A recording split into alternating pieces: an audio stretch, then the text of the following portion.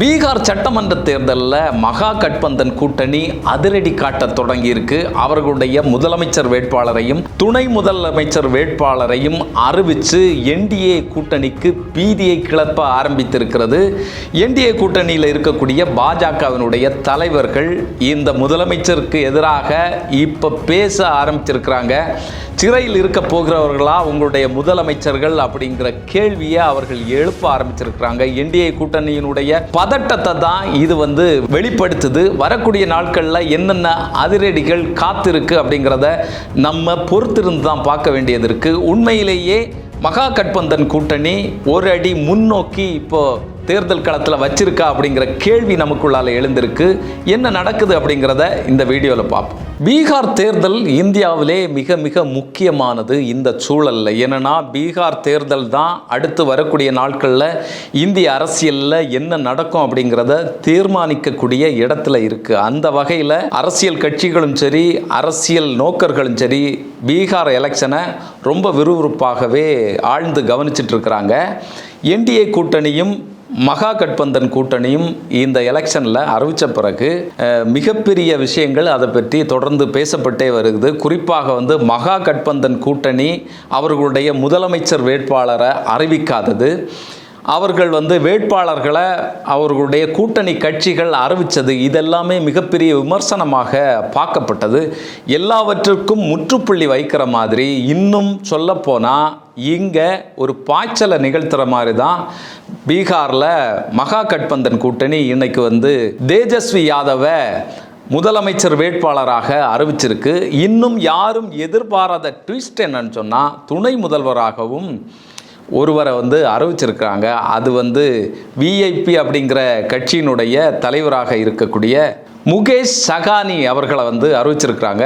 இவர் மிகவும் பிற்படுத்தப்பட்ட அந்த சமூகத்தில் மீனவர் சமூகத்தை சார்ந்த ஒரு நபர், ஒரு தலைவர். இதுக்கு முன்னால் பார்த்தீங்கன்னு சொன்னால் பிஜேபி கூட்டணியில் சேர்ந்து நின்று அவர் போட்டியிட்டார். அந்த கட்சி வழக்கமாகவே கூட இருக்கக்கூடிய கட்சியை கபலீகரம் பண்ணக்கூடிய வேலையை தொடர்ந்து பண்ணோம். அதே மாதிரி அந்த கட்சியில் நின்று போட்டியிட்டு வென்ற 3 நபர்களை தங்களுடைய கட்சியில் இணைத்து கொண்டாங்க. அதன் மூலமாக அவர் அந்த கூட்டணியை விட்டு வெளியே வந்திருக்கிறாரு. இப்போ இந்தியா கூட்டணின்னு சொல்லக்கூடிய மகா கட்பந்தன் கூட்டணியோட சேர்ந்து அவர் பயணிக்கிறாரு. இந்த தேர்தலில் போட்டியிடுறார்.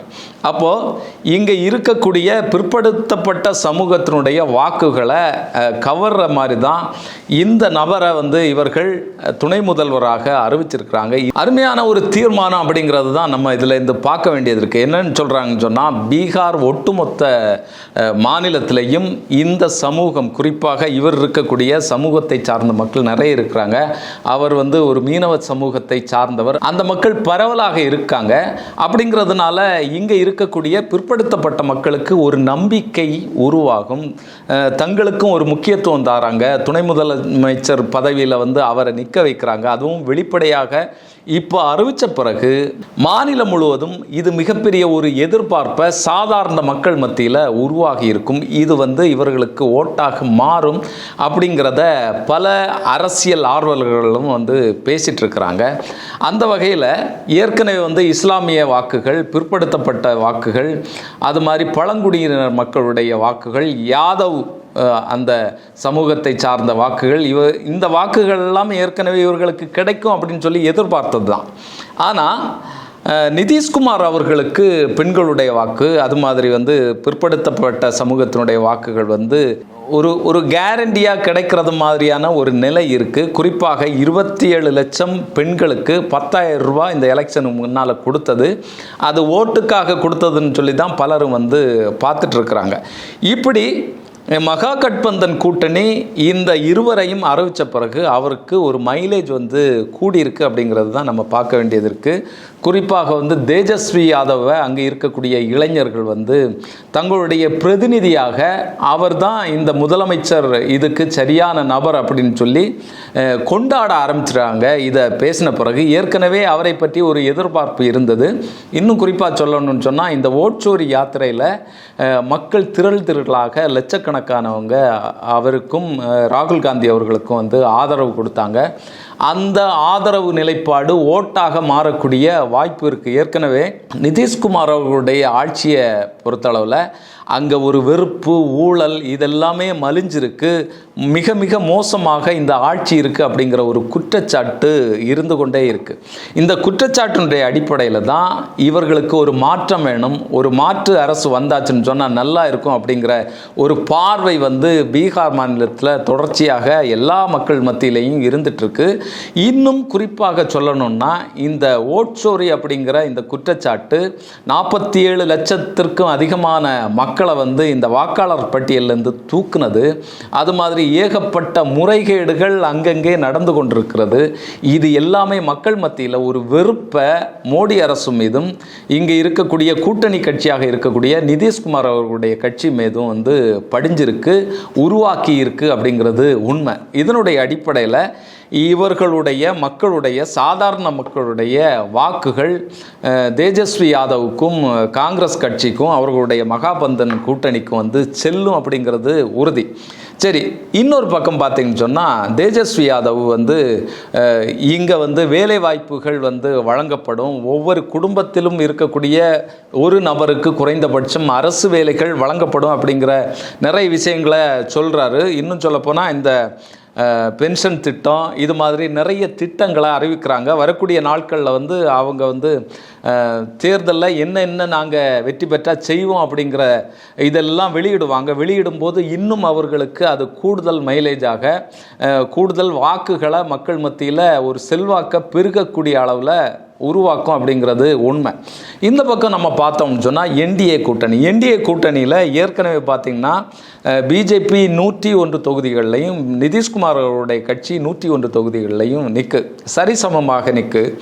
இது அந்த கட்சிக்குள்ளால் வெளியிலேருந்து பார்க்குறவர்களுக்கு இவங்க எந்த அளவுக்கு மதித்து ரெண்டுமே சரிசமமாக தொகுதிகளை பிரித்து எடுத்திருக்காங்க அப்படிங்கிறது மாதிரியான ஒரு பார்வை உருவாகும். ஆனால் அது உண்மை இல்லை. நிதிஷ்குமாரை அழிக்கக்கூடிய வேலையை பிஜேபி தொடர்ந்து பண்ணிகிட்டே இருக்குது. அது கழிஞ்ச தேர்தலிலே நமக்கு வெளிப்படையாக தெரிஞ்சது. நிதிஷ்குமாரோடைய கட்சியை கபலீகரம் செய்யக்கூடிய வேலையை தான் பிஜேபி தொடர்ந்து பண்ணிகிட்ருக்கு. இதுக்கு பிறகு நிதிஷ்குமாரோடைய கட்சியே இருக்காது. நிதிஷ்குமார் தேர்தலில் போட்டியிடுறது இதுதான் கடைசியாக இருக்கும் அப்படிங்கிறத அமித்ஷா அவர்கள்ட்ட பத்திரிகையாளர்கள் உங்களுடைய கூட்டணியினுடைய முதலமைச்சர் வேட்பாளர் யாரு, நிதிஷ்குமார் தானா அப்படின்னு சொல்லி கேட்கும்போது அவர் சொல்றது, அதை நான் எப்படி சொல்ல முடியும், எங்களுடைய கூட்டணி கட்சி தலைவர்கள் எல்லாம் ஆலோசனை பண்ணி ஜெயிச்ச பிறகு அதை சொல்லுவாங்க, நிதிஷ்குமார் அப்படிங்கிறத நான் சொல்ல முடியாது அப்படிங்கிறது தான் அவர் வெளிப்படையாக சொன்னது. அதற்கு பிறகு நிதிஷ்குமார் அவர்களே அதற்கு எதிராக கிளர்ந்து வந்தாங்க. அவருடைய கட்சியிலேருந்து பலரும் இதை பேசலை. அப்போ என்னன்னா, ஏற்கனவே நிதிஷ்குமார் அவர்களுடைய கட்சியில் இருக்கக்கூடிய பலரையும் பேசி சமாளித்து தங்களுடைய கட்சிக்கு தூக்கக்கூடிய வேலையை இவர்கள் பார்த்துருக்காங்க அப்படிங்கிறது தான் இதிலேருந்து நமக்கு தெரியக்கூடிய விஷயமாக இருக்குது. இவர் வெளியே வந்த பிறகு சிராக் பாஸ்வான் நான் இந்த முதலமைச்சர் போட்டியில் இல்லை, 5 வருடம் கழித்து நான் பார்த்துக்குவேன் அப்படின்னு சொல்லி அவர் சொன்னார். இருந்த போதிலும் கூட என்டிஏ கூட்டணியினுடைய முதலமைச்சர் வேட்பாளர் நிதிஷ்குமார் அப்படிங்கிறத அவர்கள் சொல்லலை. இன்னும் சொல்லப்போனால் சிராக் பாஸ்வானை தான் அவர்கள் முதலமைச்சராக அறிவிப்பாங்க அப்படிங்கிற ஒரு பேச்சு இருக்குது. இந்த நேரத்தில் தான் சிராக் பாஸ்வான் இப்படி அறிவிச்சிருக்கிறார். நமக்கு நிறைய நெகட்டிவ் அவர்களுக்குள்ளால் இருக்குது. அவர்களுடைய வேட்பாளர்களில் இஸ்லாமியர்கள் யாருமே கிடையாது. அது மாதிரி இங்கே பிஜேபியினுடைய பி டீம் அப்படின்னு சொல்லக்கூடிய பிரசாந்த் கிஷோர் அவர்கள் எல்லா தொகுதிகளிலையும் வேட்பாளரை நிறுத்தியிருக்கிறாரு. ஏற்கனவே 3 வேட்பாளர்களை தங்களுடைய கட்சிக்கு இழுத்துட்டாங்க அப்படிங்கிற குற்றச்சாட்டை பிரசாந்த் கிஷோர் அவர்கள் வைக்கிறார். அப்போ பிரசாந்த் கிஷோருடைய வேட்பாளர்களுக்கு யாருடைய வாக்குகள் பிரியும், எந்த கூட்டணியினுடைய வாக்குகள் இவர்களுக்கு பிரியும் அப்படிங்கிறத பார்த்தோம்னா, பிஜேபி என்ன எதிர்பார்க்குதுன்னு சொன்னால் மகா கட்பந்தன் கூட்டணிக்கு வரக்கூடிய வாக்குகள் தான் இவர்களுக்கு பிரியும் அப்படிங்கிறத இவங்க எதிர்பார்க்குறாங்க. ஆனால் பிரசாந்த் கிஷோரை பொறுத்தளவில் உயர் ஜாதி வகுப்பினருடைய வாக்குகள் தான் இவருடைய கட்சிக்கு பிரிஞ்சு வரக்கூடிய வாய்ப்பும் சூழலும் இருக்குது அப்படிங்கிறது தான் உண்மை. என்ன இருந்தாலும் பிஜேபியினுடைய பி டீம் அப்படின்னு மகா கட்பந்தன் கூட்டணி வந்து சொன்னாலும் கூட இவர் பிரிக்கக்கூடிய வாக்குகள் யாருடைய வாக்குகளாக இருக்க போகுது அப்படிங்கிறது எலெக்ஷனுக்கு பிறகு தான் தெரியும். அப்படி இருந்தால் கூட இது வந்து மகா கட்பந்தன் கூட்டணியுடைய வாக்குகளை பெரிய அளவுக்கு பாதிக்காது அப்படிங்கிறது தான் இதுலேருந்து நமக்கு தெரியக்கூடிய விஷயமாக இருக்குது. மகா கட்பந்தன் கூட்டணியில் வந்து அந்த எதிராக நிற்கக்கூடியது இன்னும் மாறலை. 5 தொகுதிகளில் காங்கிரஸும் ஆர்ஜேடியும் எதிர்த்து நிற்கிறாங்க. அது ஒரு ஃப்ரெண்ட்லியான எதிர்ப்பு தான் அப்படிங்கிறத இந்த கூட்டணியில் இருக்கிறவங்க சொன்னாலுமே வரக்கூடிய நாட்களில் தான் தெரியும். அது மாதிரி காங்கிரஸும் இங்கே இருக்கக்கூடிய சிபிஎம் கட்சியினுடைய அந்த வேட்பாளர்களும் 4 தொகுதிகளில் வந்து எதிராக வந்து நிற்கிறாங்க.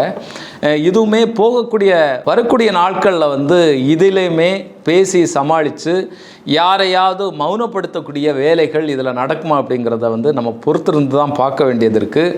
என்ன இருந்தாலுமே வந்து இந்த முடிவுங்கிறது மிகச் சிறப்பான முடிவாக மகா கட்பந்தன் கூட்டணியுடைய விஷயத்தில் நம்ம பார்க்க வேண்டியதாக இருக்குது. வரக்கூடிய நாட்களில் பீகாரில் என்னென்ன மாற்றங்கள் உண்மையிலே மக்கள் விரும்பக்கூடிய ஒரு ஆட்சி அமையக்கூடிய அளவில் மகா கட்பந்தன் கூட்டணியினுடைய அந்த தேர்தல் வியூகங்கள் அவர்களுடைய செயல்பாடுகள் அமையுமா, என்ன தந்திரங்களை வந்து இவர்கள் இன்னும் கடைபிடிக்க போகிறாங்க அப்படிங்கிறத நம்ம பொறுத்திருந்து தான் பார்க்க வேண்டியது இருக்குது. இன்னொரு காணொளியில் சந்திப்போம். நன்றி, வணக்கம்.